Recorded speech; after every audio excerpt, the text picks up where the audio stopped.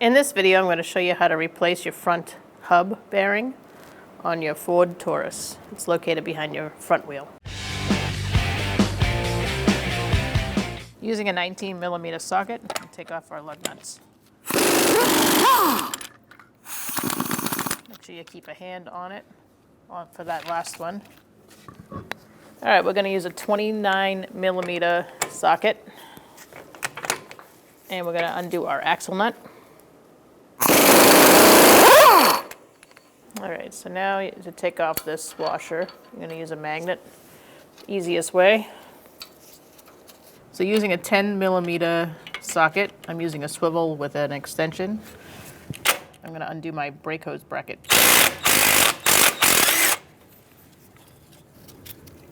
You can just let that flop to the side. Using an 18mm wrench on the head of the bolt and a 21mm socket on the nut of the bolt. We're going to take this out.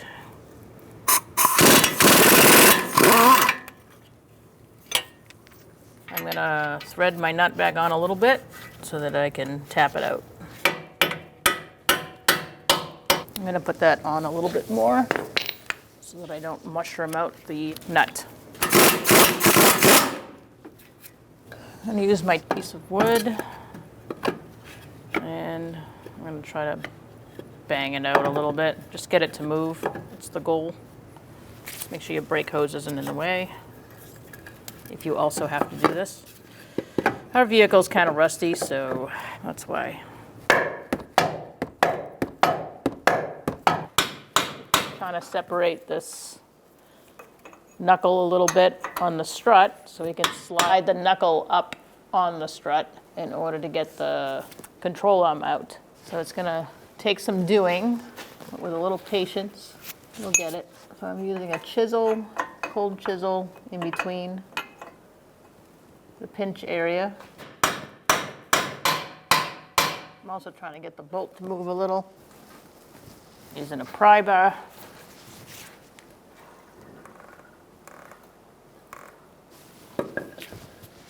Use a piece of wood and a sledgehammer after you put your nut on that stud.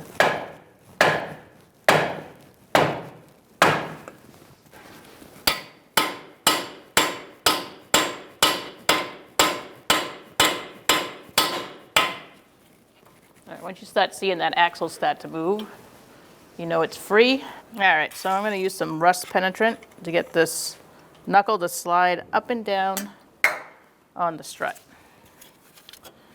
Use my sledgehammer.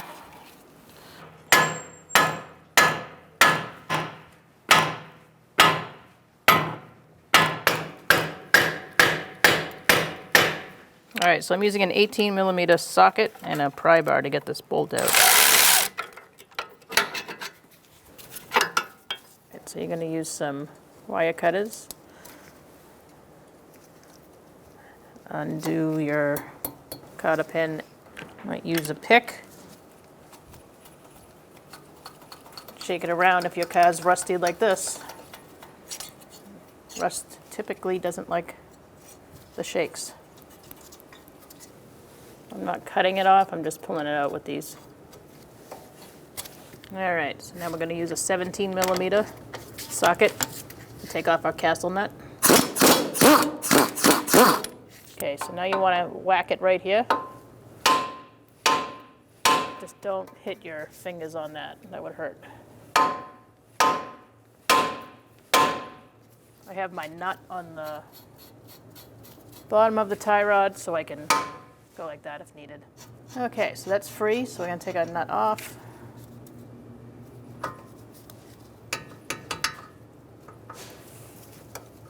And pull it out. Using a 21mm socket and my air gun, I'm going to take this bottom nut off the ball joint. So I'm using this tool to separate the lower control arm from the ball joint. I'm going to put my lug nut on to hold it in place. So we're going to put a ratchet strap or something like it around the rotor here and hang on the spring.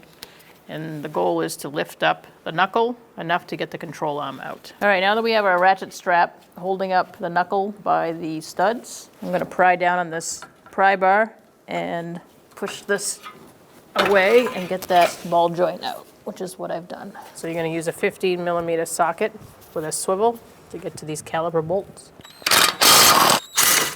Make sure you don't let that caliper fall. A good place to stick this is probably over on your disconnected tie rod. Make sure you don't kink your brake hose. Just make sure it's out of the way when you're prying down to get the knuckle off of the strut. All right, so now let's take our lug nut off so we can get our rotor off. Now we can take our rotor off. All right, so now we're gonna pry down on this. Okay, once you get your ball joint out, you can let the lower control arm pop up a little. Now, might need a little bit of a hammer. Make sure you have a good hold of that knuckle.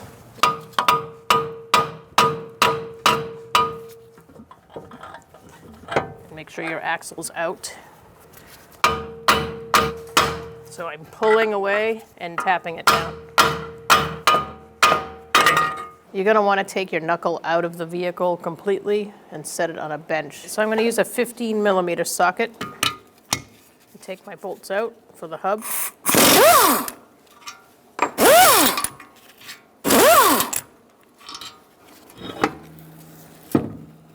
All right, in order to get this hub out, if yours is stuck like mine, you're gonna have to hit it a lot to get it out, so don't be afraid to give it a lot of whacks. You're gonna wanna whack it up here, and then below, and you're also gonna wanna hit it on the other side. You're gonna wanna use something solid to get between the bearing, you know, to extend it out far enough so you can get a good whack. And you're gonna wanna work your way around on the other side. You don't wanna just keep whacking it in one spot.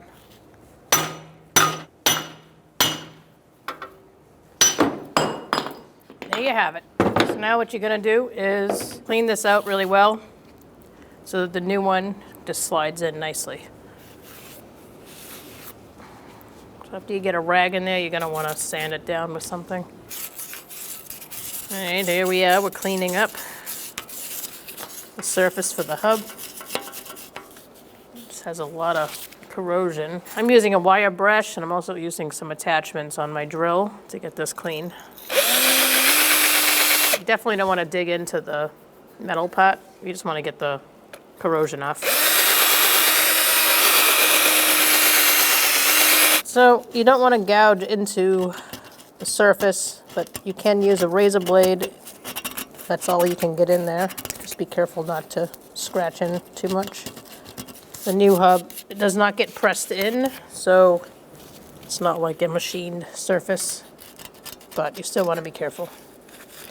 All right, so after you've cleaned out, in here you're gonna add some anti-seize, and gonna get your hub ready. Make sure that the hub is positioned in this manner.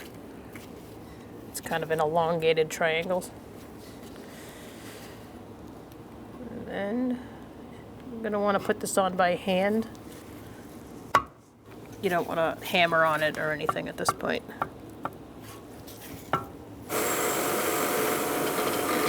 All right, so you want to clean off your bolts. We're going to use some thread locker on this. On all three. You're going to get your bearing in as far as it goes by hand, and then the bolts will do the rest. We're going to be torquing these to 70 foot-pounds. All right, once you have it in a vise, you can torque it down.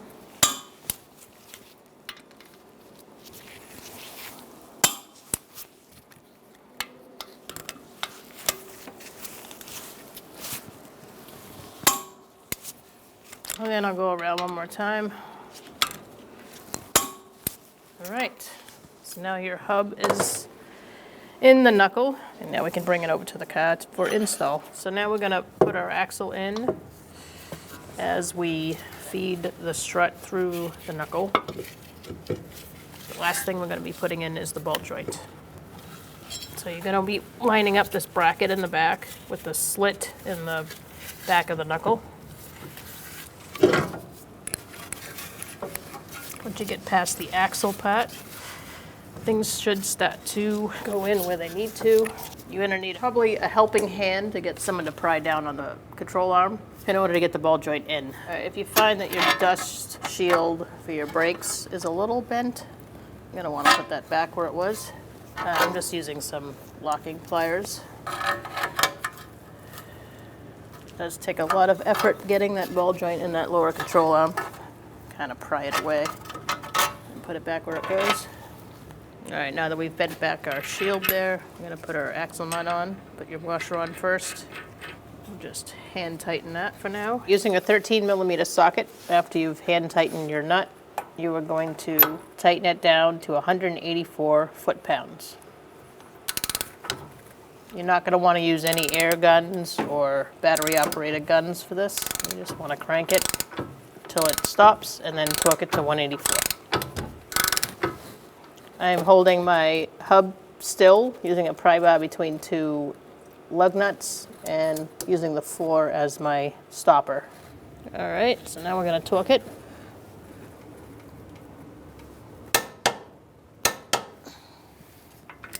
So let's put our strut bolt in. You might have to tap it through. All right, so we put our bolt through, starting the nut on the other side. I'm using a 21mm long socket and my impact gun, and an 18mm on the head side. And we're gonna tighten up the strut.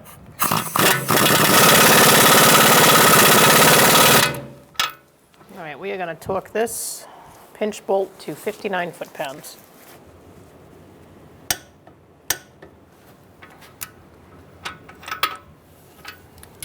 Now you can put your ball joint nut on. So let's tighten up this ball joint nut to 59 foot-pounds.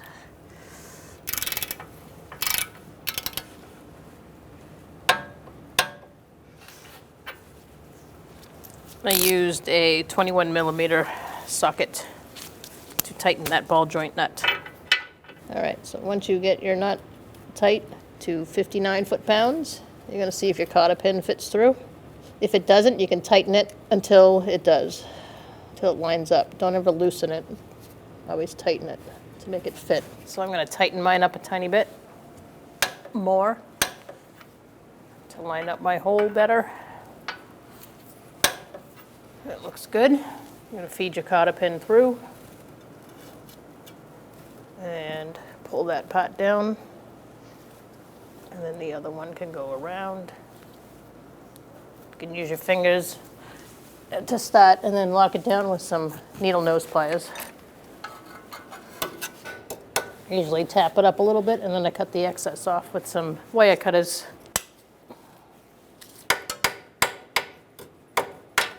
I'm going to spray our hub with some anti-seize. Now you can put your rotor on. I'm going to use a lug nut to hold that on. If you find that your rotor has gotten a little dirty, you can spray it down with some brake parts cleaner. So now I'm going to put our caliper back on.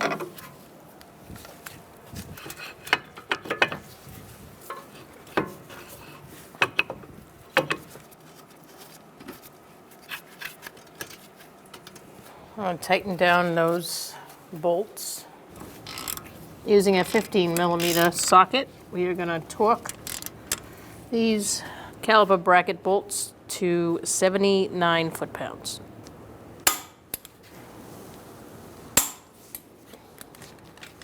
Okay, so we're going to put our brake hose back. So you're going to line up your brake hose bracket into the strut bracket, and then you're going to use your self-threading bolt and self-thread it into the bracket.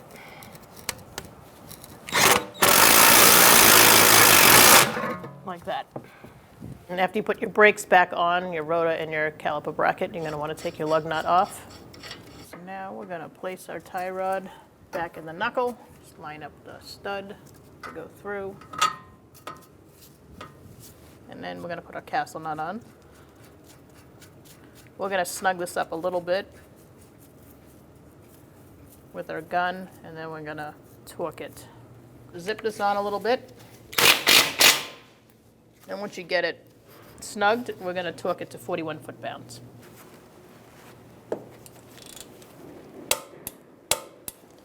And you're going to look for your hole for your cotter pin. If it's lined up, great. If it's not, turn it towards tightening. You don't want to loosen it. Find the hole. You want to tighten it. All right, so now we're going to stick our cotter pin through. Mine's nice and lined up. And you want to pull this one up and over the stud, and then this one to the side. Just get rid of those ends. You can either hammer them down, push them down, or you can cut them off if it's too long, which I'm going to do here. And that will keep that nut from falling off.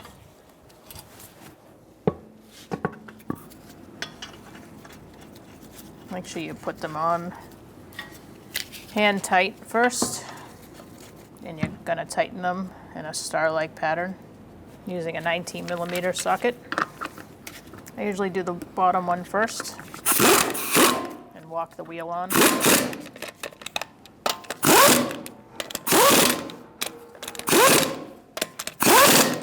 Snug them up, and then we're going to be torquing them. Using a 19mm socket, we're going to torque our wheels to 95 foot-pounds. We're going to do it in a star-like pattern.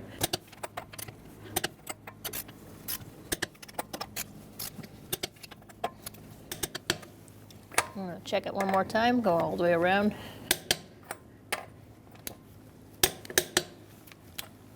And we're good. When only the best will do, demand TRQ. The only company that lets you view before you do. TRQ is committed to offering the highest quality aftermarket auto parts that are engineered for peace of mind. Thanks for using and viewing with TRQ.